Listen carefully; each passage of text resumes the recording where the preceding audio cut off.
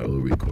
If I decide that I'm too controversial, then I will. I might. Hear that noise? I hear it too. There's You're hearing a noise? Still hearing a feedback? yes, yeah. I think Feedback, some people Rabbi. may have their From audio me, turned on. but it's. Is it from me or is it from somebody else? Oh no, We can't don't know. tell. Somebody's it's like it's not feedback. It's like something is hitting. Okay, well, the let's. mic or I'm going to ask at this point if everybody can go on mute if you're not already. Let's see if that changes. Are we all muted? Is the feedback continuing? No? Okay, so it's coming from one of you. We have to vote one of you off the island. I'm not sure who yet, but you can stay muted now because I'm not giving you a chance to speak yet anyhow. So when it comes time, if there are questions, you can then individually unmute yourselves. So I thank you in advance for remaining mute at this time. Now, the basic question that led me to introduce this topic tonight was, the struggle that we often have between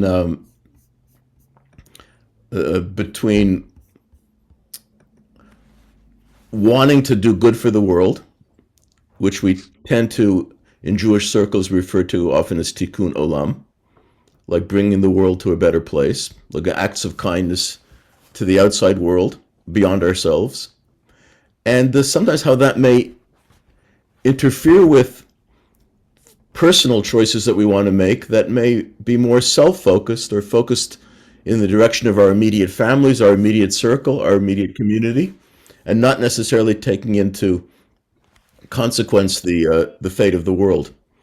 And there are also times when there's a conflict between those issues, between self-needs and the needs of the outside world. How do we make the choice? Are we bad people if we choose the more personal or selfish choice and not the one that is wholly focused on Tikkun Olam, on bringing the world to a better place? How do we navigate that often very precarious path in terms of making the right life decisions in terms of how the deeds that we do? So interestingly, I had figured how I was going to begin this, but I really changed that thrust based on what came up in this week's Daf Yomi cycle. And one of the things that I'm doing a lot more now that I'm retired is following the Daf Yomi, the daily page of Talmud study that is something that has really attracted a very large worldwide Jewish audience. And it's available at different levels. If you go on myjewishlearning.com, you can get a very beautiful, simple English summary of the daily page of Talmud. And in 7.5 years, you encounter the entire corpus of the Talmud Bavli, of the Babylonian Talmud. It's one page a day, one folio page, side A and side B. So this, the tractate that is now being studied by this global audience in the Jewish world is the tractate of Nazir, which is, I would have to say, one of the most difficult and strange and in many cases hard to fathom tractates, because not every tractate is like, for example, Psachim, which deals with Passover that we can all relate to, or Shabbat, or Moed, which deals, or Yoma, which deals with Yom Kippur, or all of it. There are a lot of tractates that deal with, or Chagiga, that deals with festivals, the things that we can relate to that reflect our daily lives. Nazir is something that is really rather obscure, but it's the tractate that we're close to ending, and this past week we last Shabbat and Sunday we covered pages 47 and 48 in Hebrew, Mem Zayin and Mem Chet. And there's an issue that came up in those pages that really, to me, connected to our topic tonight. So I'm going to spend a few minutes just giving you that brief biblical and Talmudic exercise that I think will frame this question in a rather interesting way, even though it's not something that we usually relate to, the idea of a Nazirite, of a Nazir, is not something that's been part of active Jewish life for approximately 2,000 years. So it's again, it's not the most openly relevant section, but I think it does really relate very, very clearly to the topic that we want to that we want to deal with tonight. So let me just give you. I'm going to share something here. 1 second. Yeah. Wait a minute. Sorry, wrong text. Okay. Sorry, this is not what I want. Okay, let's see if I can. Yeah. Okay. So in this is now a biblical text from the opening of the parsha of Chukat that we will get to in the springtime. And it's the 21st chapter of the book of Vayikra, of Leviticus.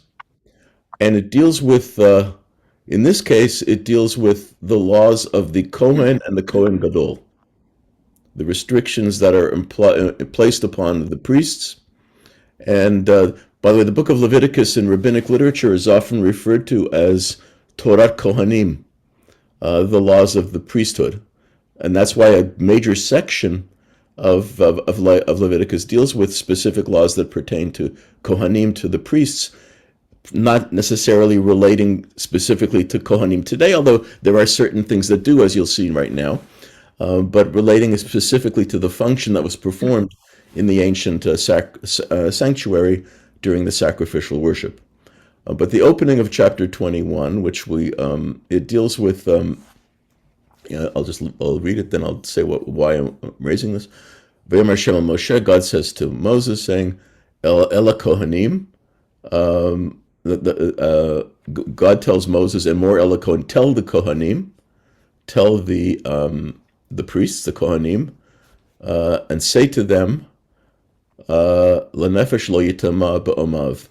Basically, you shall not defile yourself with contact with any dead body.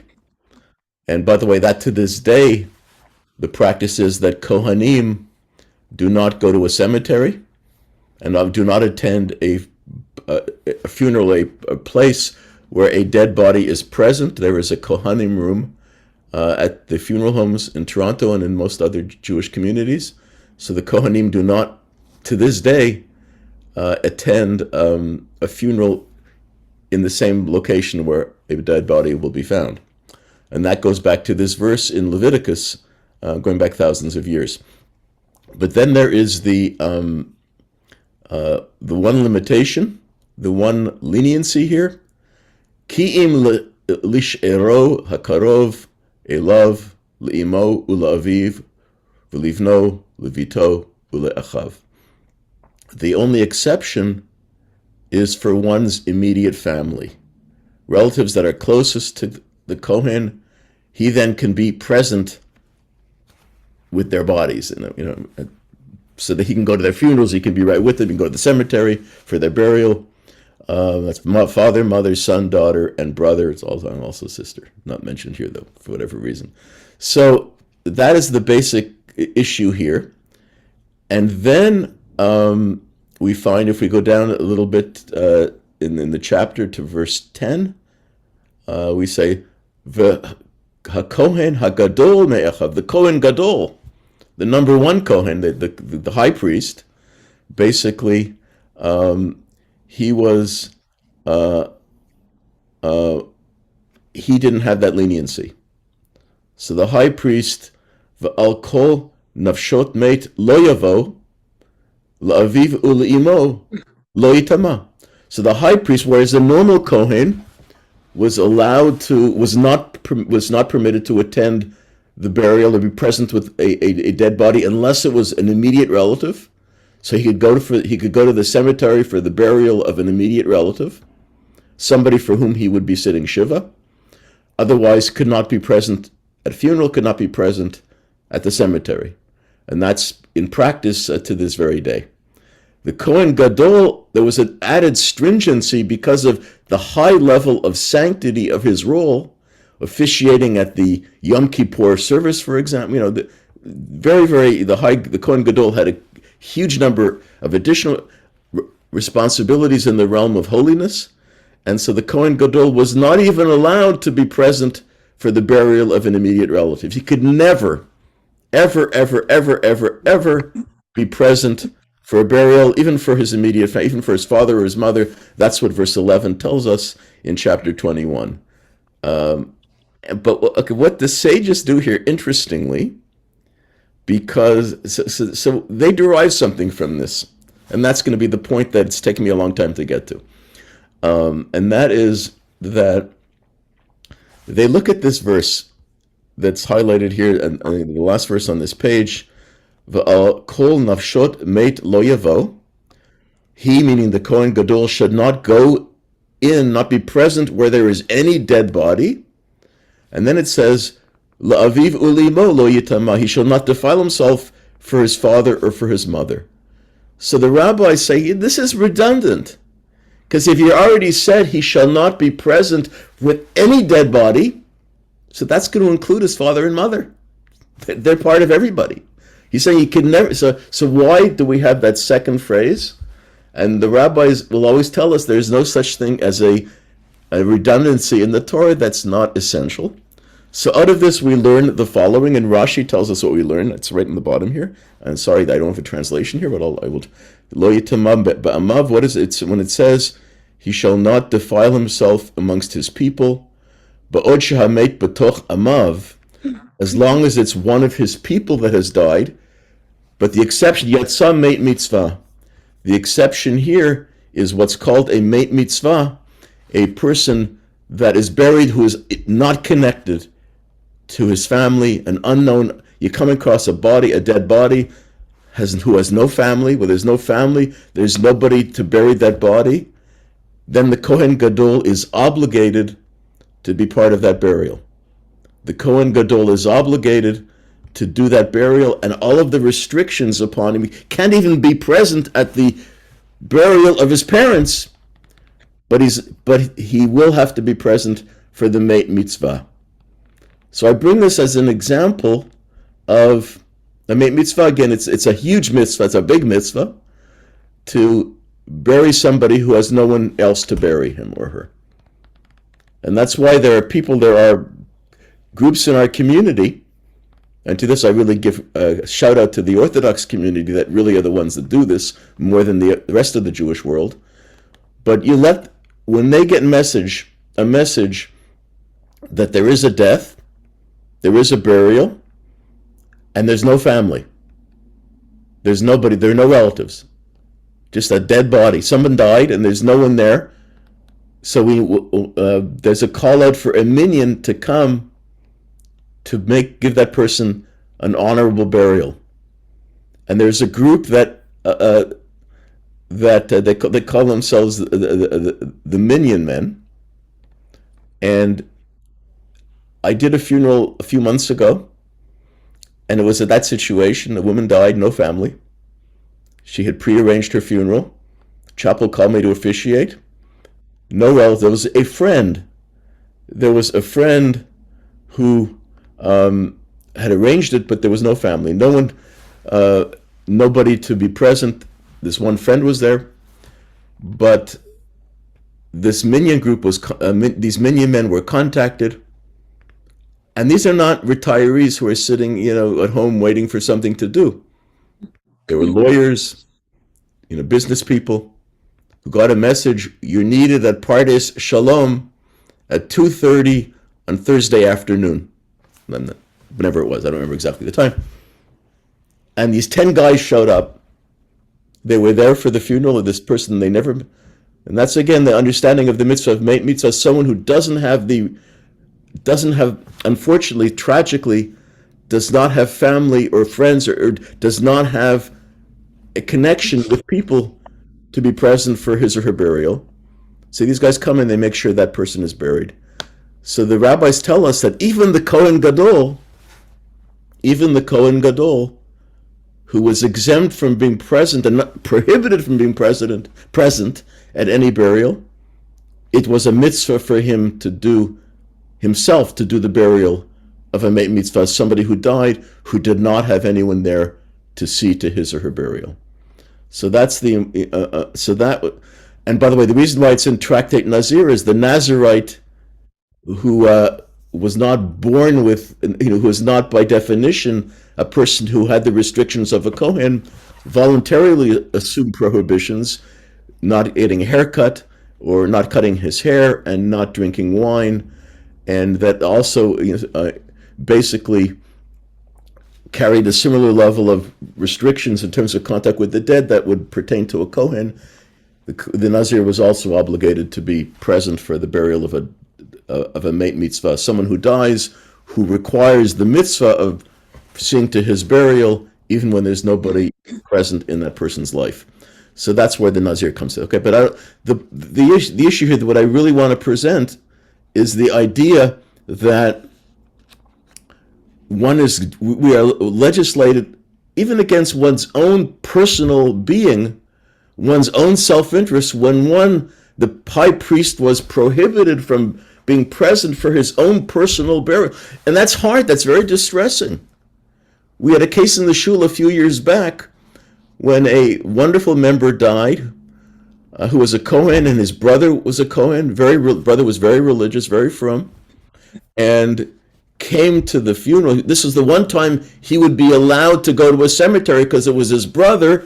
Otherwise, he would never be at a cemetery. And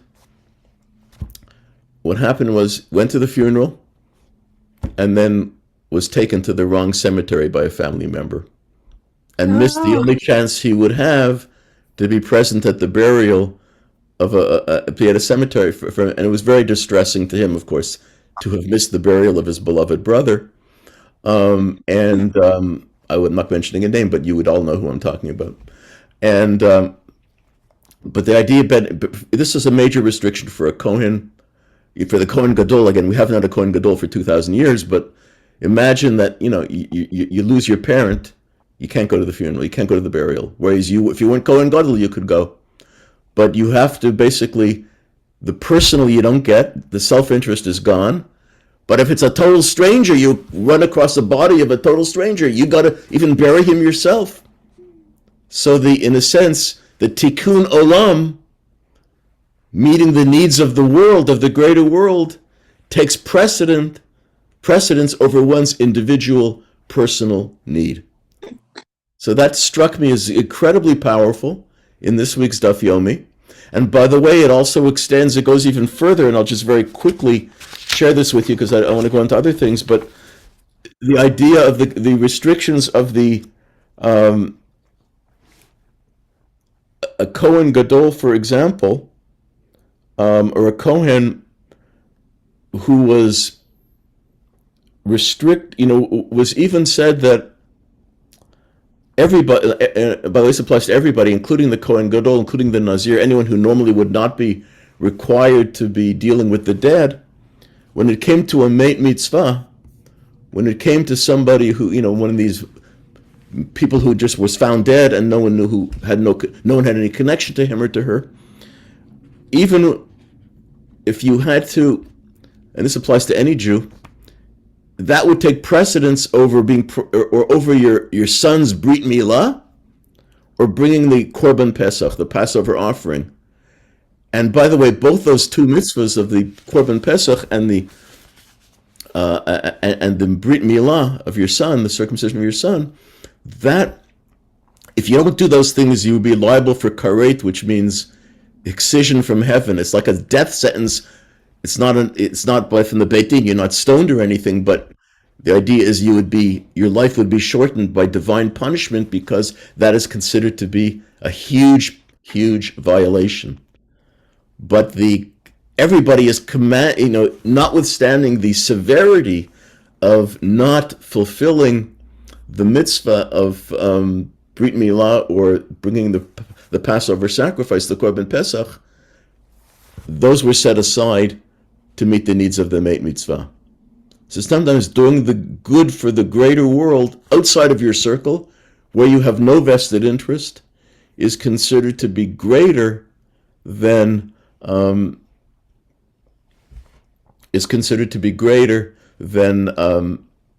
these very, very significant mitzvot that are rare, You're not doing a bris every hour unless you have a family with 23 children. That's a relatively rare occasion. It's not a daily mitzvah. Bringing the Korban Pesach happens once a year, and that, again, it hasn't for 2,000 years, but it used to happen once a year during the time there was a sacrificial altar.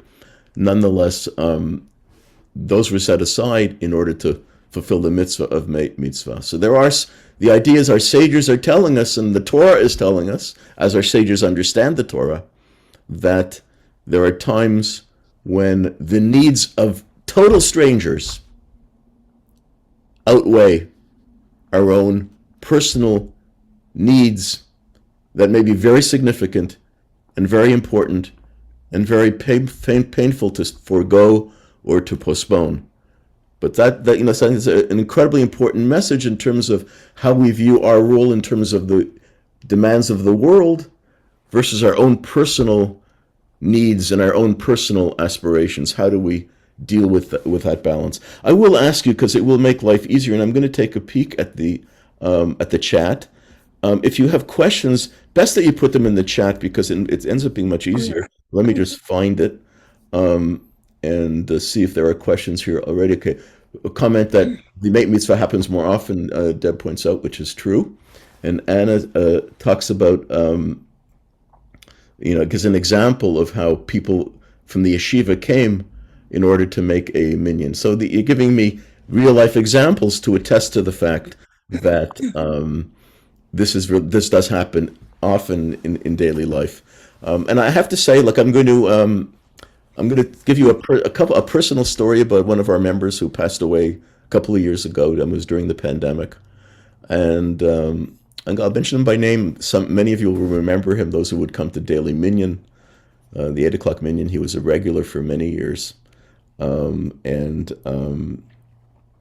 he. This is a guy. I'm just blanking. I'm getting old, and I'm just. I guess I'm supposed to keep it anonymous because I'm just blanking on his name, and it's going to come to me in 2 minutes. But I'm going to tell you the story, and then I'm going to tell you. I can't believe I'm not thinking of his name. And he was a guy who was kept very much to himself. Came to Minyan, did not have great social skills, and maybe that's why I'm not thinking of the name, because I shouldn't say it. It could be a difficult, ornery person. Again, didn't communicate, became very quiet, would sit at the menu, would sit at breakfast, not talk to anybody, very much kept to himself, and was an unusual guy. And he had no family. He had distant family that he wasn't really close to, that he wasn't in touch with. And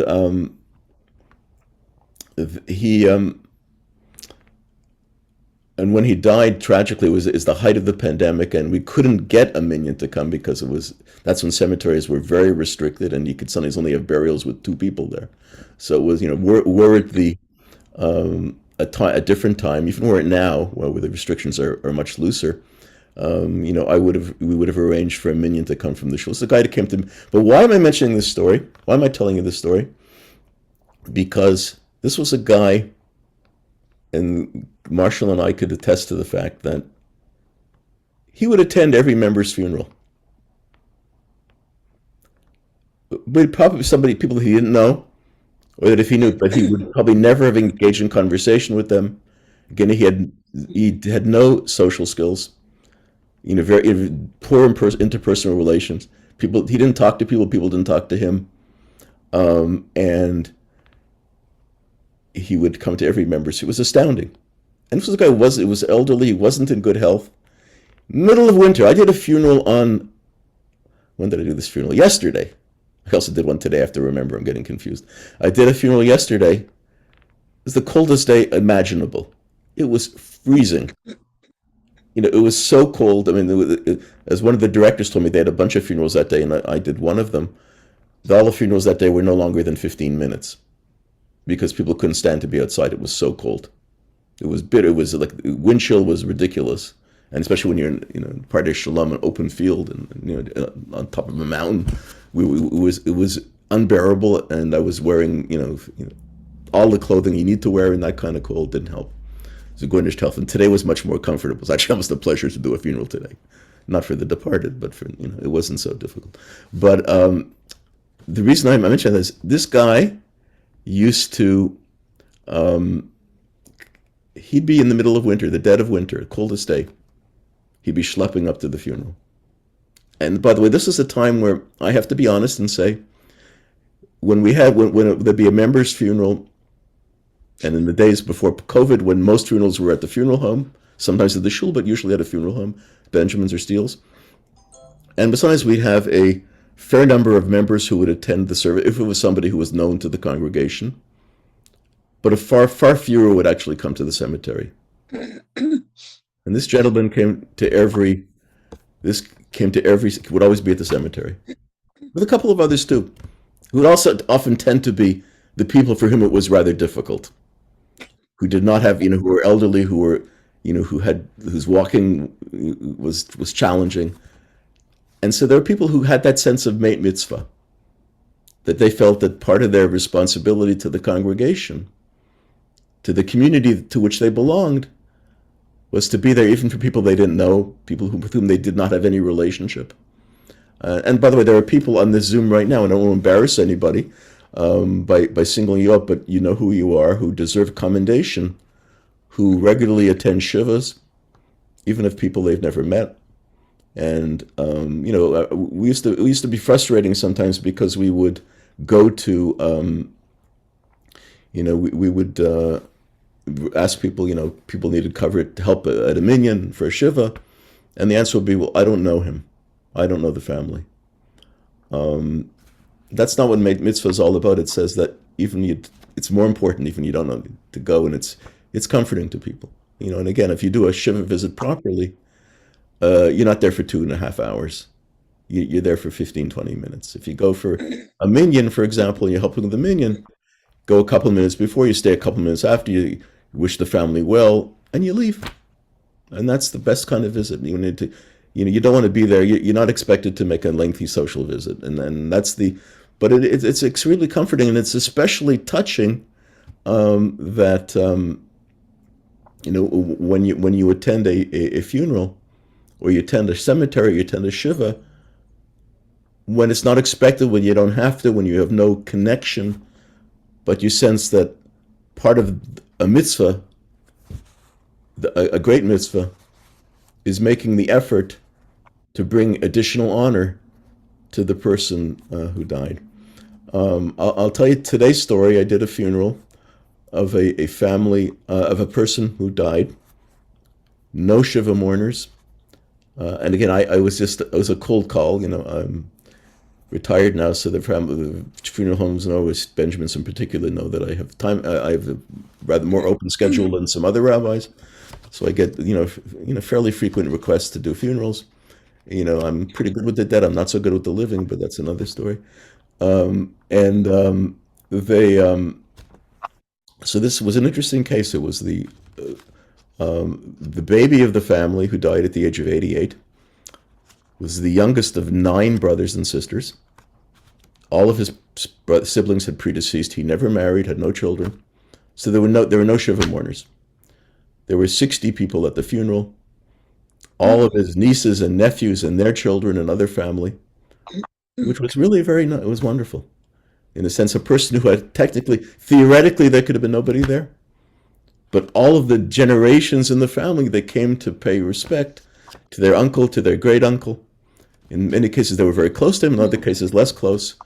But a very large turnout for somebody and there's no shiva because there's nobody to sit shiva. But the family was, so that was also, it was inspiring to me to see that. That when people really sense the need to be present, to bring honor to the dead, even when there's no direct relative who's necessarily benefiting from that outreach, but you're bringing honor to the person himself or herself who passed away. So that's one of the example that Daf Yomi gave me this week, which was not part of my original presentation. I just want to look and see if there are questions before I move to some of the material that I prepared ahead of time. Okay, question from Deb. I have a neighbor who has an illness.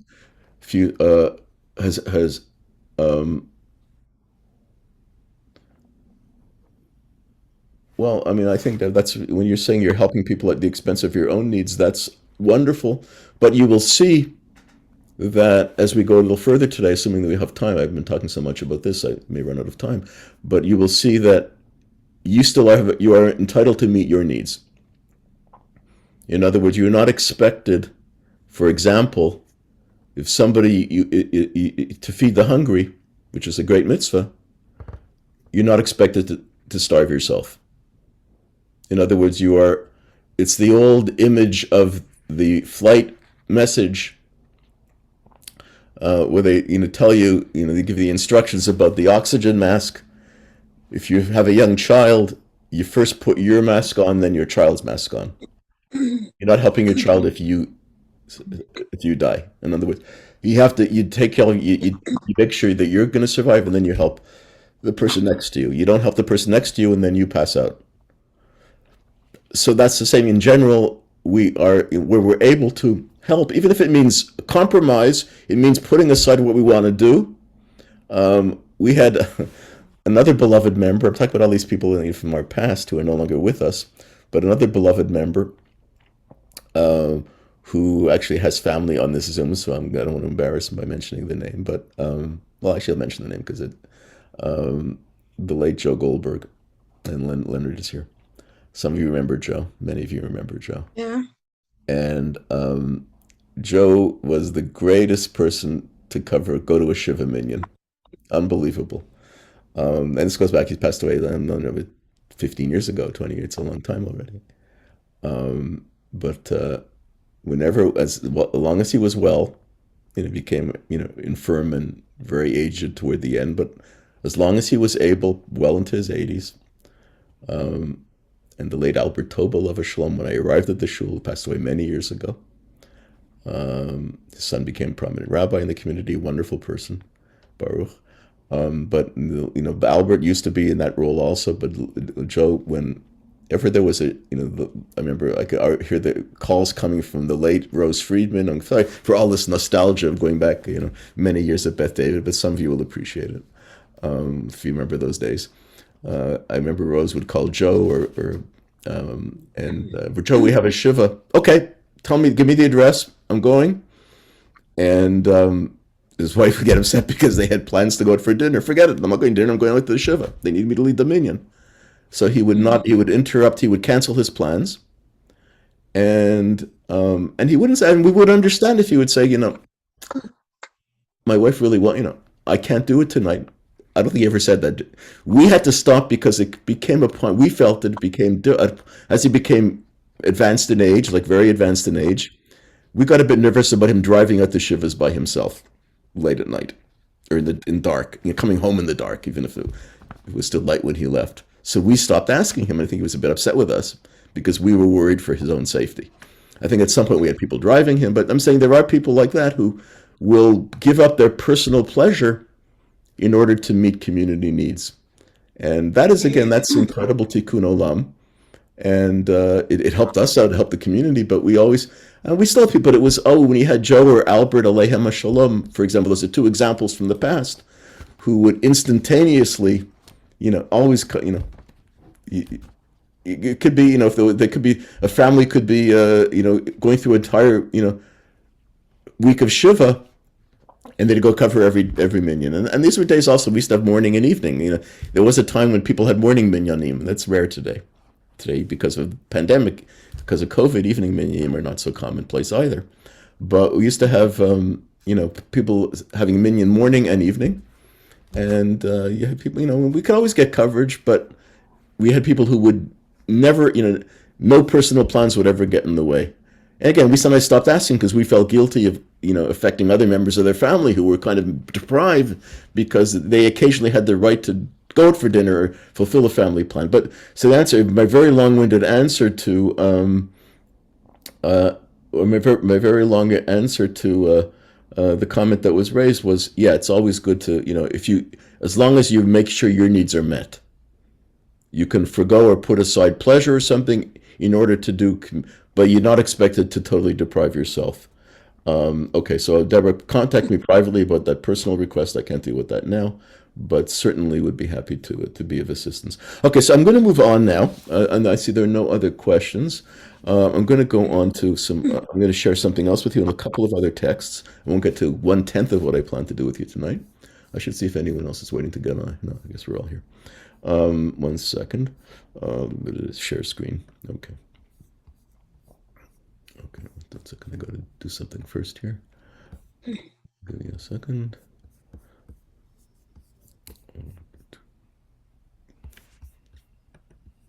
Okay, this will just be a second, and I will be back to you.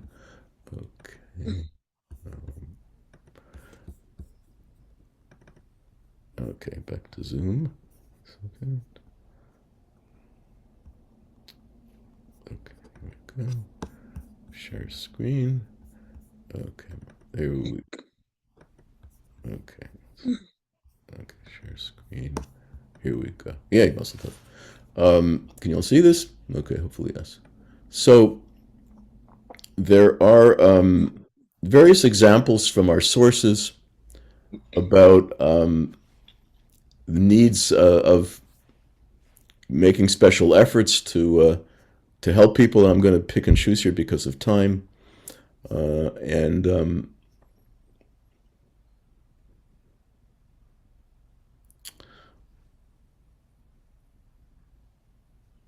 okay, there's one. There are a lot of stories in the tractate Baba Batra in the Talmud about a person who was known as Binyamin HaTzadik, Benjamin the Righteous. Again, you get it. That wasn't the name he was given at birth. His parents didn't name him Binyamin HaTzadik, but it's based on the stories of his behavior. He was here it says in the Hebrew, Mimuna al Kupa Shel Tzedakah. He was in charge of the charity fund, the community charity fund. And that was often termed, by the way, the Gabbai, which was not the person who gave out the Aliyot and Shul, but the person who controlled the community charity fund. So the story is told about Binyamin HaTzadik that he's approached by, during years of famine, he's approached by a woman who says to him, he says, Rabbi Parnaseni, sir, Rabbi, my teacher, give me parnas, I need sustenance. And then he says, Avodah she'ein bakupa shel tzedakah klum. We have no money. The funds have been depleted. And then she says to him, Im ein ata mefarnaseni, hareisha u'shviva baneha metim. If you don't give us sustenance, you don't give us money for food, a woman and her 7 children are going to die. And then it says, Amad u pirnasa mishalo. So what he did is he went over to her and he gave her funds from his own money. In other words, he sustained her with his own funds.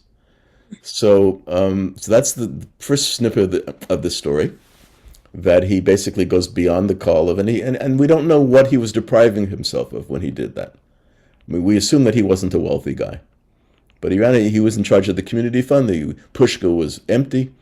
He went into his own pocket and maybe took his last dollar, his last whatever it was,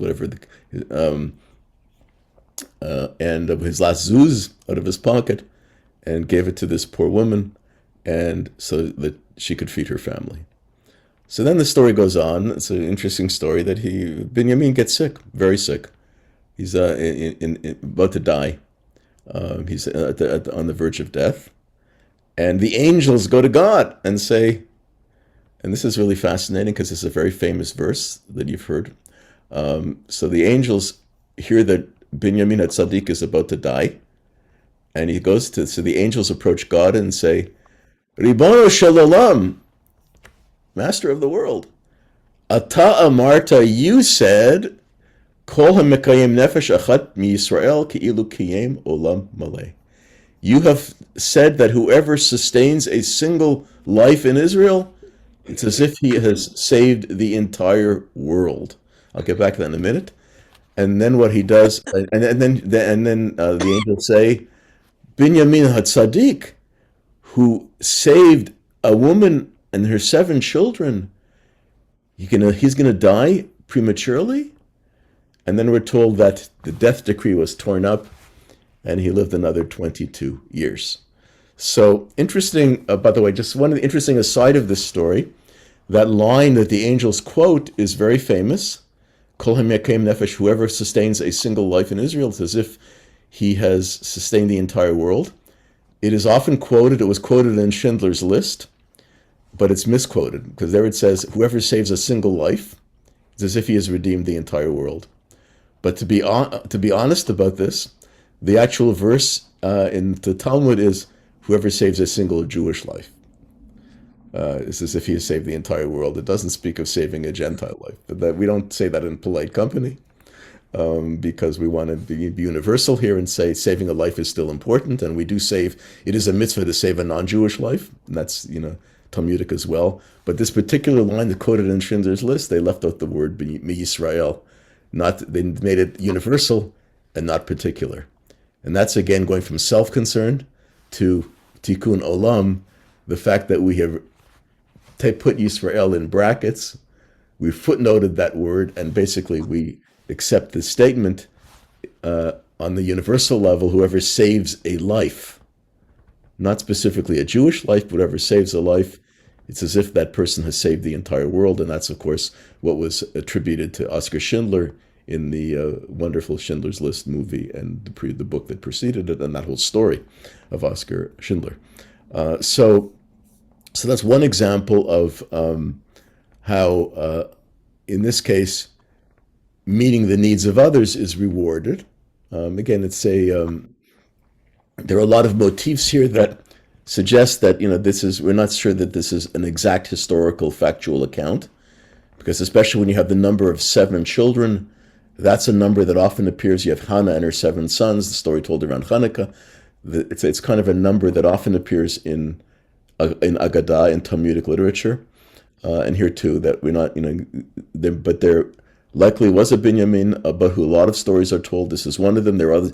It's also said of the Binyamin that when people would often run away from him, because he was giving away his money so much that they didn't want to deprive him and impoverish him, because he was so into giving tzedakah that people were he'd be chasing after them to give money, and they'd be running away because they didn't want him to give too much tzedakah as well. So he was so charitable to the point of, people sometimes say someone's honest to a fault. So Binyamin Hatzadik was often considered to be charitable to a fault. And that would again pertain to our topic, is there a point where Tikkun Olam becomes a fault? And we'll see maybe that can, at certain points in history, that can exist. Let me just check the chat and see if there are any further questions. Okay. Okay, Sarah's asking, can morality be morality if it's only impartial under very particular and prescribed conditions? Well, I think, basically, morality is I would say, is a pretty wide sphere that it's a pretty wide-ranging topic. That morality leads us to do things, but it doesn't mean that one human being is obligated to fulfill all of the requirements of morality. There'll always be a ladder of priority, because we can't do everything. It's the kind of, for example, when one receives 200 requests for tzedakah, you get an abundance of requests. At some point, you do run out of funds, like Binyamin Hatzadik, and you can't always take it out of your pocket. There's going to be, sometimes there'll be limitations of time, of energy. You can't volunteer at 5 different places at once. We have a certain amount of energy, and you do have responsibility, as you will see as we get to our final source in about 5 minutes. You do have responsibility to your family, to your immediate needs. That will sometimes prevent you from being everything to those on the outside. You can't always, we want to say that we want to, there are going to be, there is no allowance for immorality. In other words, to do something that's immoral, to do something that goes against morality, that is unethical. There's never allowance for that. We want to be as moral as we can, but morality will not. We will not always be able to bring our morality to the entire world at the same time. I'm not sure if I've answered your question. I'm sorry. Email, chat me again if there's any follow up. Now, okay, so I want to, here, interestingly, I'm just going to summarize this source because we don't have the time to go into depth, but this is a fascinating Gemara in Ketubot, which, the Ketubot, what a Ketubah is, so this deals with laws of marriage, and it is, it's also, it's a rather difficult, a lot of Masechtot are, most Masechtot are difficult, but this is one, it's quite difficult, but it's, the reason why this is, it comes in marriage because the idea of helping, it deals with the laws concerning an orphan, a yatom, who wants to get married but has no resources. And so the Torah tells us actually that we have to provide his basic needs in order to make it possible for him to marry, to develop a family, to live a life that he's entitled to live. So the rabbis expand this to suggest that they deal with the case of somebody who wasn't always poor. Maybe take for example somebody who had parents, grew up in an affluent or wealthy home, and then lost his parents, and with them went his comfort, had no resources, was a poor orphan, because when the parents went, so did their resources, and he was left without financial resources and without family, was left alone, but had experienced in his early days affluence and comfort. So the question becomes, are you, and they take the word sufficient for his deficiency, which in Hebrew is dai machsoro, which they interpret to mean meeting his needs, which might mean restoring him to a level of comfort to which he was accustomed. And so the idea being, not only do you have to give him the basic needs, that he's not going to starve to death, or that he has a place to sleep, that he's not living on the street, but you have to provide him with the level of comfort to which he was accustomed. And so this discussion goes on. We don't have time to go through it. It's almost comical. But then you have and a couple of examples of somebody who was, he's from, the story of Rabbi Nehemiah, who someone comes to him for charity, and basically he says, so the guy is hungry, wants food. So what, he wants to give him, what do you need? What are you accustomed to eat? And he says, I usually dine on fatty meat and aged wine. That's before cholesterol was a concern. And no one's going to go into a restaurant and say, can I have fatty meat, please? You will more often say, I want lean meat. But in earlier Talmudic times, you wanted fatty meat because that was the better kind. So he said, I want basar shamen v'yayin yashan. I want aged wine, not old wine, like expensive wine and the most expensive cut of meat. I want prime ribs and your 1971 bottle of I'm not a wine connoisseur.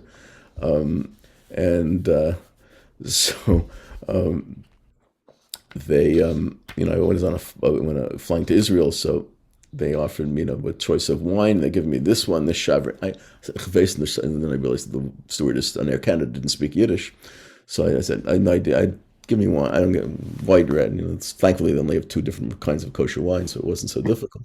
But I just tell me what kind of wine it is. You could have told me it's Parisian wine, it's Phoenician wine, it's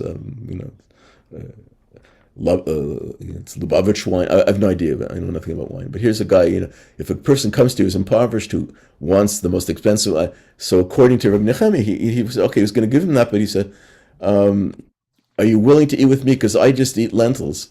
I'm going to be eating beans, like the meal of poverty." And so then what happens? So the guy eats the beans. This guy who was used to eating fatty meat, like the most expensive cut of prime ribs, and he has a meal of beans, and the guy dies. I'm sorry, I should be laughing. He died, and it's tragic because he wasn't accustomed to eating beans. He was accustomed to eating fat meat. I mean, maybe it was the fatty meat that he'd been eating all his life that made him die, not the beans. But we're not going to go into that. So Rabbi Nehemiah is very distressed because he feels he killed him. I should have found a way to get him the meat to which he was accustomed. But then, the Talmud assures Rabbi Nehemiah, they re-understand that basically the issue was with the guy. It was his fault that he pampered himself so much. And maybe we can say that from a modern dietitian point of view, that it wasn't the lentils that killed him, it was the bad diet that he was on prior to that. But the idea being, again, the interesting thing here is the idea of here, we're placing limits on what one needs to do for others. In other words, it's not a limitless environment that one doesn't have to necessarily, or one shouldn't be expected, even though there was a case being made that it would be appropriate to give the person the comfort level to which he was accustomed. That's not always the best choice of action. And maybe the issue is that someone sometimes has to bring down their expectation because it's a lot to expect of the person who is extending charity that is going to go to that extent. Okay, so here I want to get to the final source I'm going to present, and then I'll see if there are questions. And this is really what is a very, very important text in the Talmudic tractate of Bava Metzia. And it has to deal with lending money and charging interest. So basically, the issue is if you lend money out, there's a priority sequence to who you lend money to who you give, to whom you lend money. There's a priority sequence. And this is where, again, we have the conflict between one's own inner needs and the needs of the world. So it says, you have here, the verse in the Torah is, if you lend money,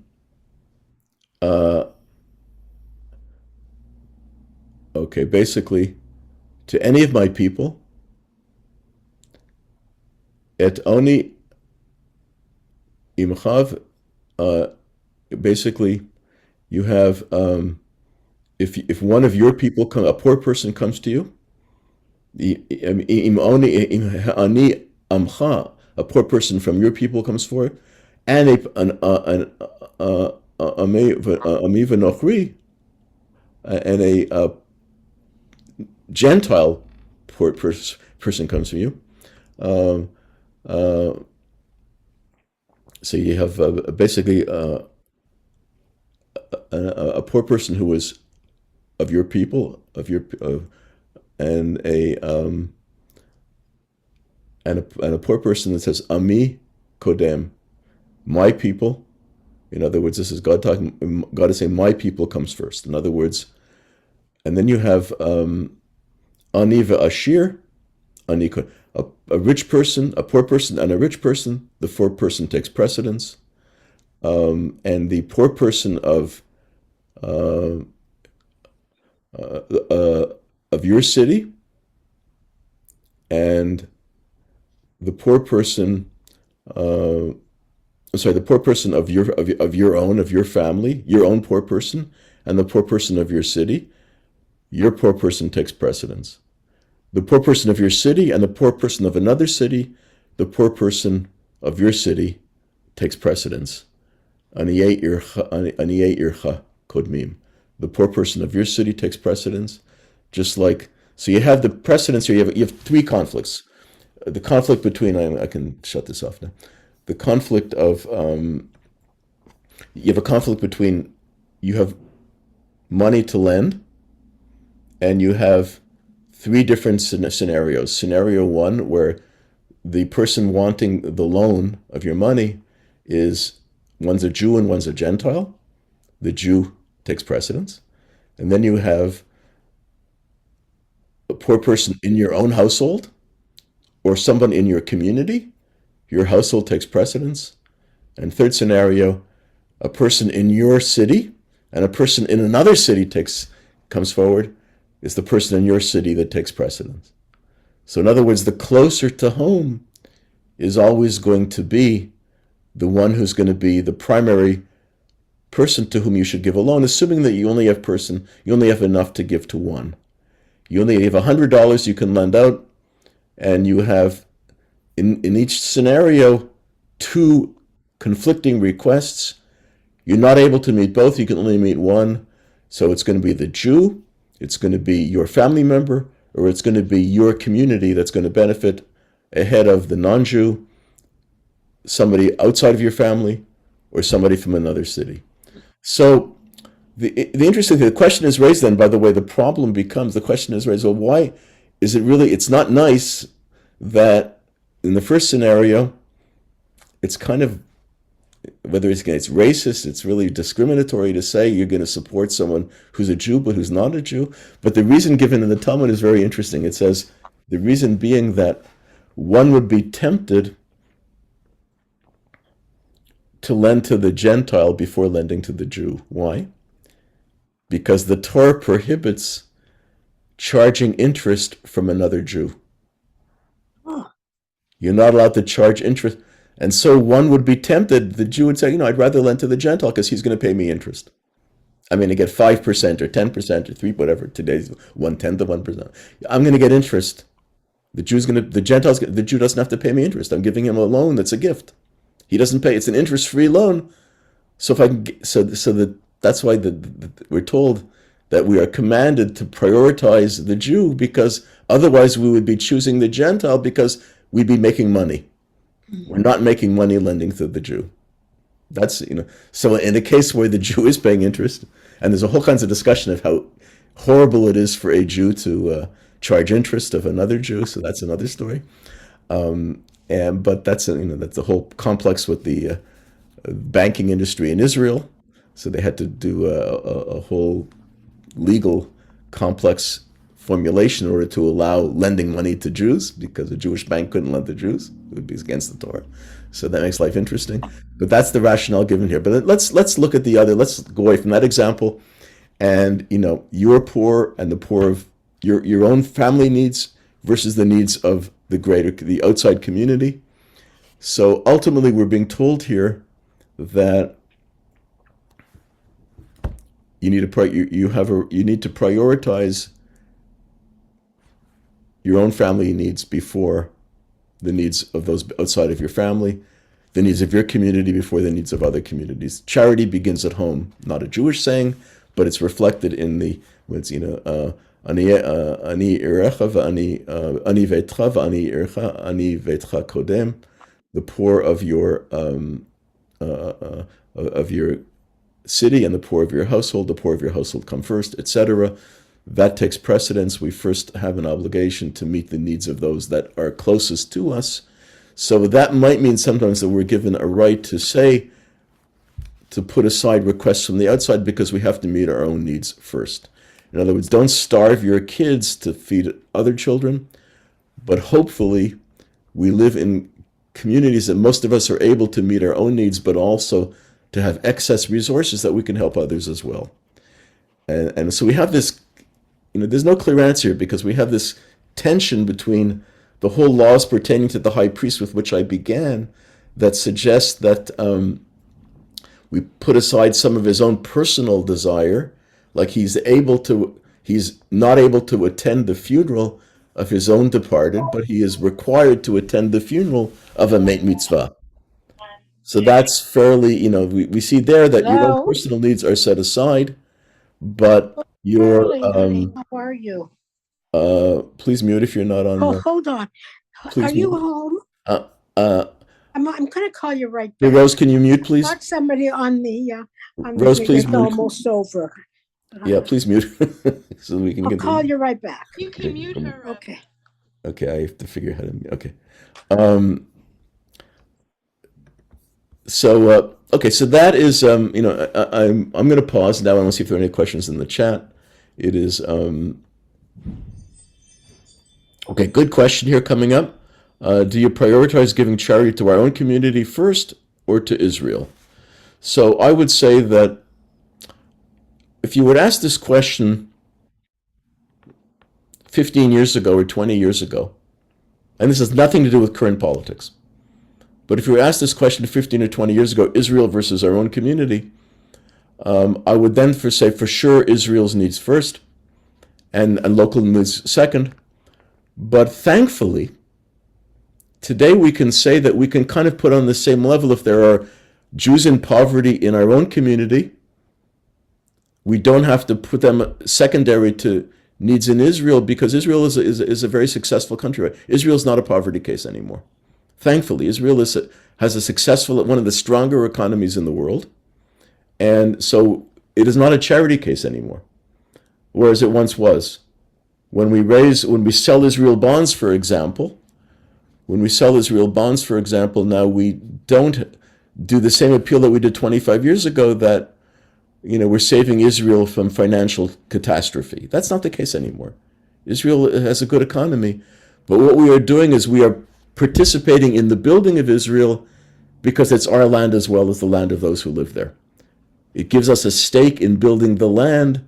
It's not that Israel is going to be deprived not having our funds. Israel is thankfully in much better financial health than it was for years ago. In the 50s, it was impoverished. In the 60s and 70s, it was still struggling. But what we do now, we invest in Israel and we support Israel just as we support Jews everywhere. So I would say that supporting indigent Jews in Toronto would be at the same level as supporting indigent Jews in Israel. Some people prefer, and I'm not saying that one comes over the other. Certainly support Jews in Israel. It doesn't mean that that's going to take precedence over supporting Jews here, only because Israel now is in much better financial shape than it had been decades before. And that's great. And that's why, again, bond appeals changed 10 years ago. And we were told when we were instructed by Israel as the kinds of things we should be saying, it wasn't the case that you were going to save Israel from calamity that wasn't the case anymore. Baruch Hashem, thank God. And part of Israel being in good financial shape was some of that early year assistance that was provided by diaspora Jewry that helped Israel, establish a solid financial basis. And again, and if you look at the shekel is pretty, is certainly not weaker than the Canadian dollar, and maintains a fairly consistent relationship with the Canadian dollar, which tends to be losing a bit in terms of the U.S. dollar. But the shekel is not a beleaguered currency. It was at one point, the inflation rate in Israel used to be horrific, and I have to give credit. I'm not totally happy with him every day these days, but the person who saved the Israeli economy was Benjamin Netanyahu 20 years ago, when he was finance minister, maybe 25 years ago, when there was at one point a more than 100% inflation rate, and he totally managed to defeat inflation and helped lead Israel to have a very, very strong economy. So again, it's not the same, but it doesn't mean, I would put supporting indigent Jews anywhere in the world to be at the same level. Supporting Israel has its own mitzvah category because it gives us a stake in building, in strengthening our homeland, and it gives us a place in that country, and it helps us, strengthen a country that is fighting a battle for Jewish survival in the world, that, and faces danger and risk that we don't face in the diaspora to the same extent. We don't have missiles falling in our homes. We do have some anti-Semitism, but in no way equals the tension and the challenges that Israelis face in the day-to-day. So it is a great mitzvah to support Israel, but that doesn't necessarily exempt us from supporting those in great need here as well. And so it's very positive to be able to say that our support of Israel takes on a different flavor than it once did, but being supportive is equally important. But again, what we're learning is from the Talmud is saying, keep in mind, in terms of this entire focus on helping ourselves versus helping the world, there is a balance. And we don't deprive ourselves to help the world, but we can maybe deprive ourselves of certain levels of comfort in order to help those who really are in great need and are very, very, very dependent upon our support. There is, I'm not going to this could be a great sidetrack. We don't have the time for it, and it's not our agenda topic tonight. But fascinating some of the political discussion in the U.S. now about support of Ukraine. Basically there's from certain circles in there's a segment. It's basically a dispute within the Republican Party, where there's a segment that says we should not be spending money on Ukraine. We should be spending it totally on us. And there are those in the Republican Party who are arguing vociferously on the other side that sustaining Ukraine is vital for the world, vital for freedom, etc. So we have that issue again. Where does charity begin? Or do our needs take precedence? Are we depriving ourselves of needs at home when we're sending billions and billions of dollars far away? Or should we be spending that money at home and not worrying about fighting other people's battles? So that is, that's a fascinating question that's really paralleling our discussion tonight, but it's one that we're not going to resolve. So, Tikkun Olam is wonderful, but it does not exempt us from meeting the needs that are close to home as well. There are times where those take priority.